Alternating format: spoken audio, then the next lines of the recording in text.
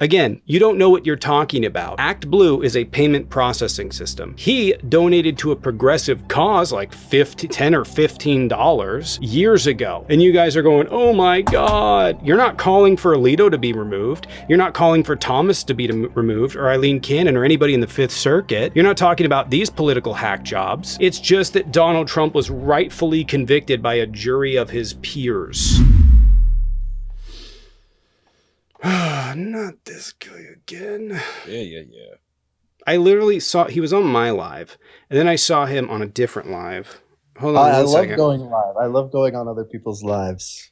It's so great. It's fun. Not this guy. I'm sorry, guys. I'm sorry. What's going on? What's your take?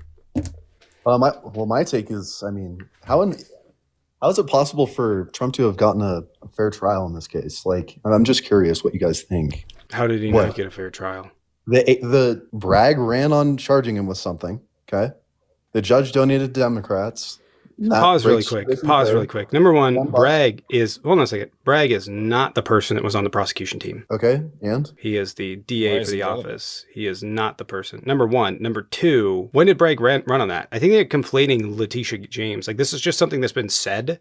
Letitia James ran on that because we already know that Donald Trump committed crimes. Why is that a deal? If he broke the law, it's not, none of these people convicted him. 12 jurors did that he agreed to. Okay, and the 12 juries were selected from population, right? A jury of his peers in the place a crime was allegedly committed or was convicted to have been committed. Okay, so when you're selecting jurors, don't you think like the sample size and like the percentages of the population, agree or disagree with Trump? Do you think that would like have any effect on their opinions or anything? 50% of America are independents. Okay, I thought he was popular in the Bronx and in New York. Isn't he going to win that state?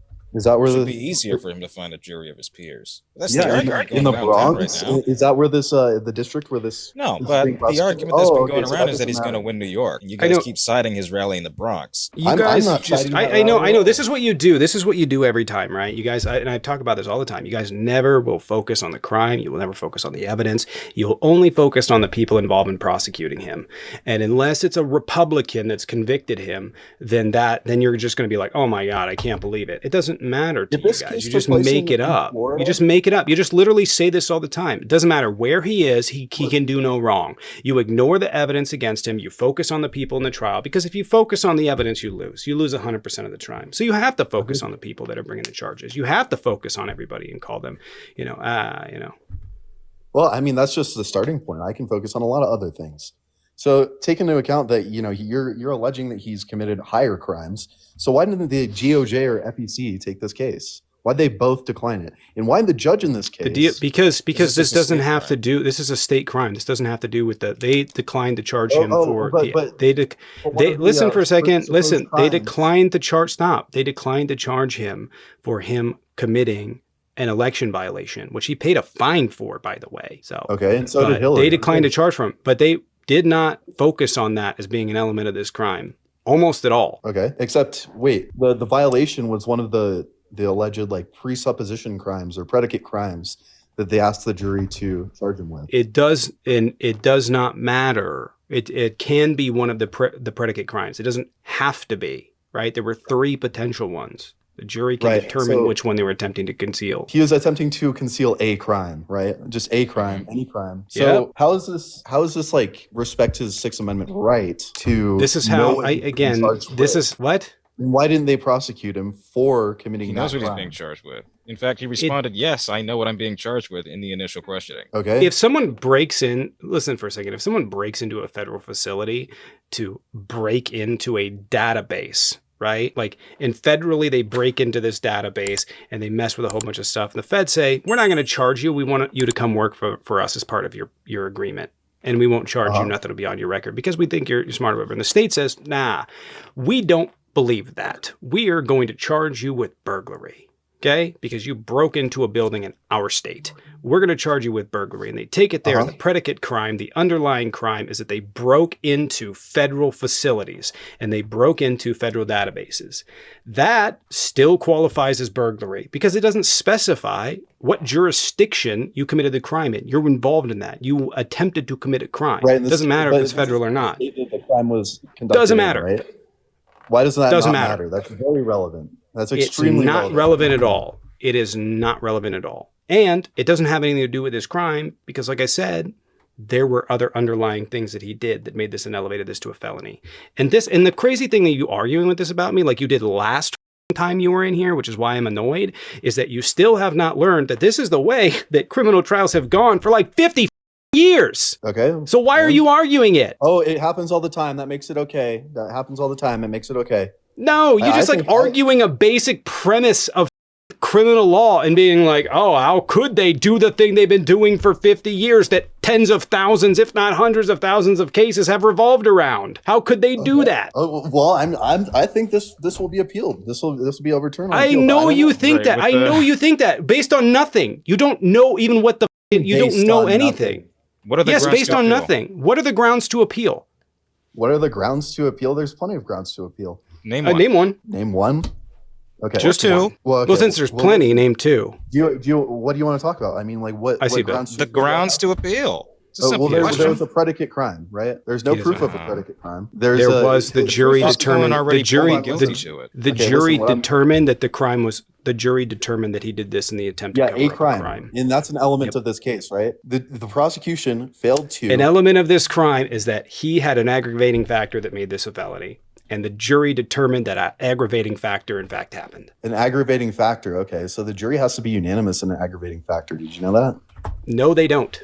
No, they don't. It's called a predicate crime. And this goes back to a Supreme Court ruling from the 1970s. What? I have a Supreme Court.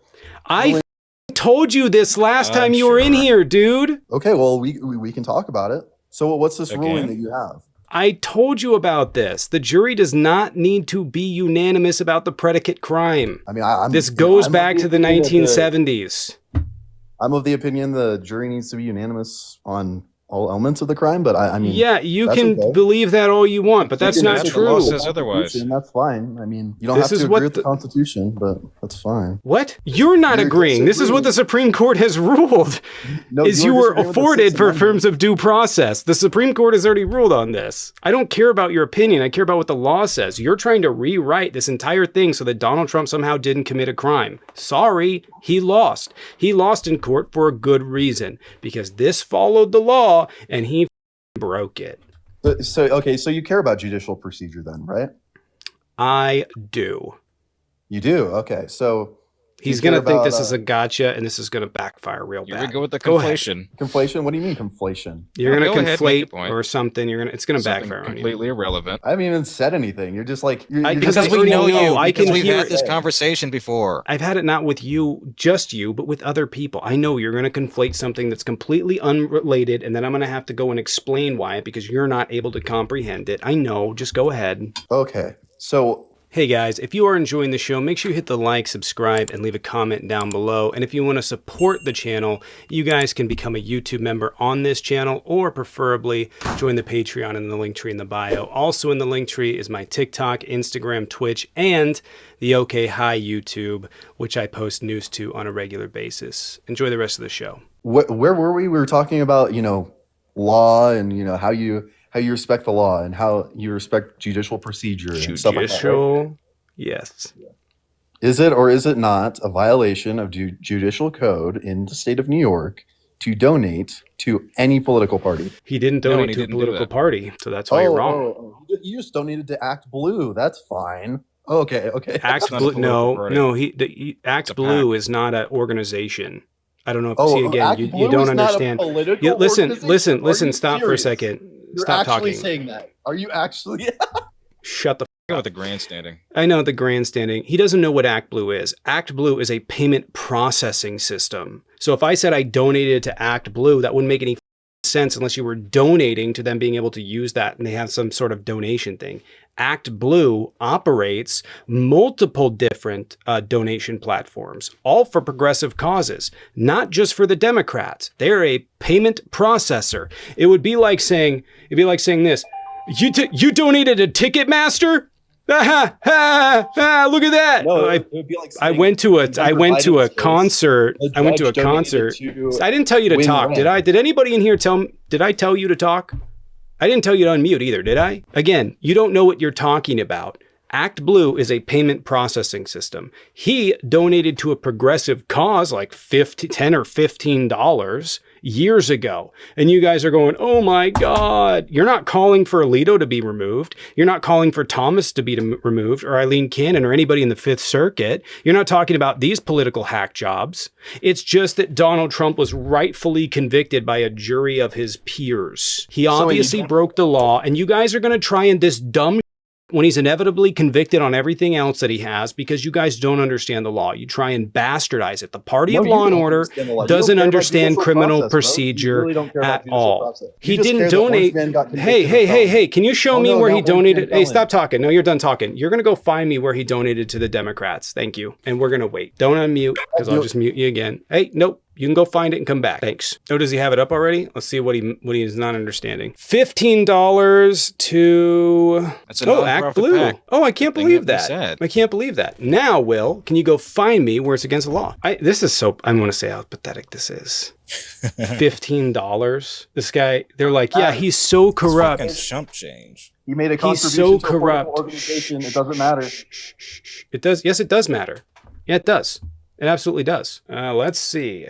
Look at them. Will, I want one question. Will, I have one question. Okay. Can you tell me one single, no, stop talking. Can you tell me one single thing that Juan Marchand messed up during this entire trial? He didn't let the FEC official testify? Hello? About what? No, he did. No, the FEC. No. That's true. That's wrong. The FEC. He could testify about how Trump. Why did they? No. He was denied. They didn't have him testify. They didn't have him testify because the Trump team was trying to have him talk about whether or not Donald Trump had broke the law. They asked the Trump team what questions. Yeah, you can't do that.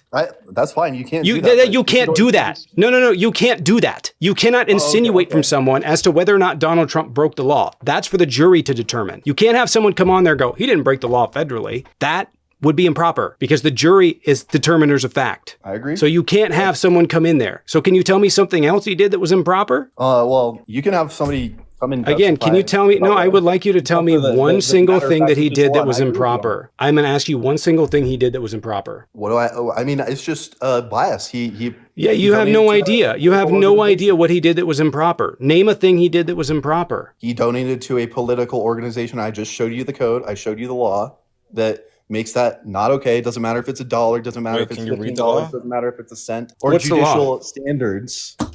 What's the law? Section 100.5 of the New York Judicial Code. Section heading A. 100.5? 100.5. Look at under A. Okay, I see it. Section 1 in subsection H. It says inappropriate political activity. Yep.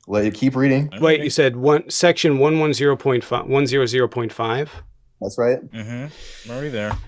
New York. It says A, incumbent judges and other running for public election. Neither a sitting judge nor a candidate. Public election to office. This is an inappropriate political activity.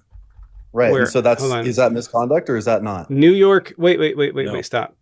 Oh, okay. Incumbent judges and other running to public election and judicial office. Which section violates it? Subsection H. What part? Neither a sitting judge nor a candidate for public election to judicial office shall directly or indirectly engage in any political activity except as otherwise authorized by this section of law, or 2, to vote and identify himself as a member of the political party, and 3, on behalf of measures to improve the law, the legal system, the administration of justice. Prohibitions include. Now, what's the exclusions? I guarantee you he didn't read this whole thing. Soliciting funds for... It's not there. Can you stop talking? Can you stop talking? Stop talking. Right here. Cool. Complaint dismissed against Trump hush money judge who donated to Biden. The New York State Commission on Judicial Conduct has dismissed an ethics complaint against Justice Juan Marchand, who was overseeing the hush money. I forgot about this because it was pointless at the time.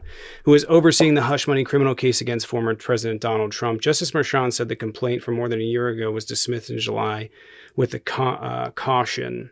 Under commission rules, a caution may be taken. The complaint stemmed to donations 2020, which according to Federal Election Commission were $35 to the Democratic group Act Blue that included $15 earmarked for Biden president and $10 to each progressive turnout project to stop Republicans. Reuters could not determine who made the complaint, probably Trump. 1 second. The commission said the contributors, in its 2024 annual report, the Commission on Judicial Conduct said the contributions violate the rules on prohibited political activity. The rules said several dozen judges had apparently made prohibited contributions in the last few years. Most candidates for federal office office instead of modest, typically under 100. Trump and his lawyers said the judge conflicted. The commission's investigation, its outcome had not been previously reported. Commission, they declined to comment. Last year, Marchand denied Trump's first motion to step aside. Right here, Will, the ethics panel said Marchand's impartiality cannot reasonably be questioned based on his daughter's activity. Well, looks like he was cleared by a panel yet again. Wrong. His daughter's activity or his activity? Both. It just said, you just said his daughter's activity. Nope, it said both. Said his or his daughter's activity cannot reasonably be questioned. Wrong on both. So you think, okay, that's fine. You know, I guess the courts in New York are just fine with I know, hold on, wait, exactly. This is what he's going to do. He's going to go and he's going to blame everybody else in there and say they're political hacks. You have nothing else. Your guy lost. He's a 34-time loser. You have nothing else but to focus on the people because he very clearly broke the law. And he very clearly broke the law in the other cases. You don't have anything to focus on, Will, so you focus on the people involved. That's all you got. That's all Donald Trump has ever done. And now he's got you guys singing the same goddamn tunes. That's all you have. You don't have anything else. Approved him, right? And they cleared him of it. They said, it's okay. He made a political donation, but does this apply to this case specifically? That's my question because I don't, know the extent of that decision. What? Does that apply to this case specifically? Yes. Yes. Yeah. This was Trump's motion to get him off the case. Well, it was an anonymous motion, but it was. I disagree with the court's decision. That's fine. But I know you disagree. Yeah, I know. Why wouldn't you? The law. Yeah. What does this guy have to do? He's been convicted. He's lost every court case since he's got out of office.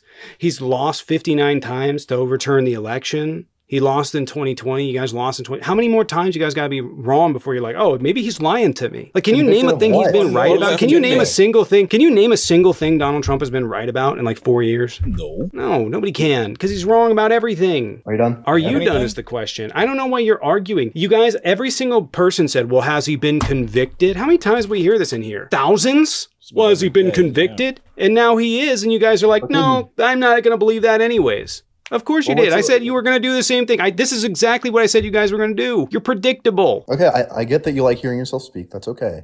All right? I do too. I like hearing you speak. I like hearing you speak. You know what I don't like hearing? You speak. We do not care. Can I play Colin video really quick? His campaign chairman was a felon. So is his deputy campaign manager, his personal lawyer, his chief strategist, his national security advisor, his trade advisor, his foreign policy advisor, his campaign fixer, and his company CFO. They're all felons.